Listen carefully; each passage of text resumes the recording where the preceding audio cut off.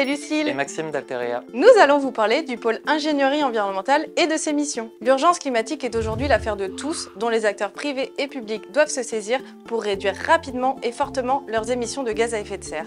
Le pôle ingénierie environnementale est là pour les accompagner dans leur démarche.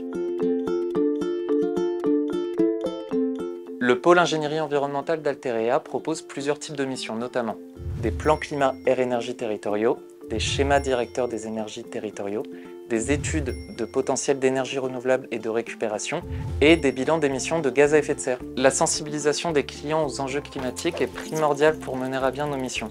Ainsi, Alterea propose aussi bien des sessions personnalisées que des ateliers tels que la fresque du climat ou d'automne.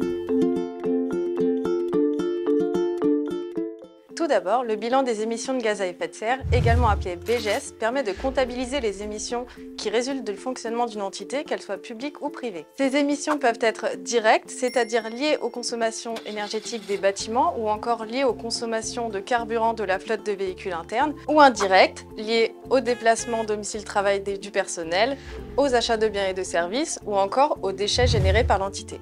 Attention, sachez que le calcul précis de l'empreinte carbone d'une entité n'est pas une finalité en soi. L'objectif est de distinguer les principaux postes d'émission, puis d'élaborer un plan de transition comportant des actions de réduction à mettre en place à court terme. Je laisse maintenant Maxime vous parler du plan climat air énergie territorial. Merci Lucille. Le PCAET, diminutif de plan climat air énergie territorial, est un document de planification qui vise plusieurs objectifs. La réduction des consommations énergétiques et des émissions de gaz à effet de serre, le développement des énergies renouvelables et de récupération, l'amélioration de la qualité de l'air et l'adaptation du territoire face au dérèglement climatique. La loi énergie-climat de 2019 indique justement 3 objectifs phares d'atténuation à respecter. D'abord, la division par 2 de la consommation d'énergie entre 2012 et 2050, puis la division par 6 des émissions de gaz à effet de serre entre 1990 et 2050, avec l'atteinte de la neutralité carbone, c'est-à-dire pouvoir compenser les émissions résiduelles par les puits carbone naturels du territoire national et couvrir un tiers de nos besoins en énergie finale à partir de sources renouvelables en 2030. Ce plan climat est à la fois stratégique et opérationnel. Il a vocation à mobiliser et à impliquer tous les acteurs du territoire. La mission se structure autour de plusieurs étapes. Première étape, l'état des lieux, qui consiste en la réalisation d'un diagnostic permettant de connaître précisément les caractéristiques énergétiques et climatiques locales. Deuxième étape, la stratégie. La collectivité va fixer des objectifs à atteindre à court, moyen et long terme.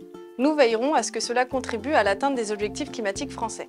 Troisième étape, la co-construction du programme d'action. Cette dernière étape permet de définir des actions concrètes à mener sur le territoire au cours des 6 prochaines années afin d'engager sa transition environnementale à l'horizon 2050. Chez Alterea, le pôle ingénierie environnementale dispose de toutes les compétences pour vous accompagner sur ces missions. Plusieurs types de clients nous font déjà confiance. Des universités, des grands ports maritimes, des industries, des villes, des ministères ou encore des conseils départementaux.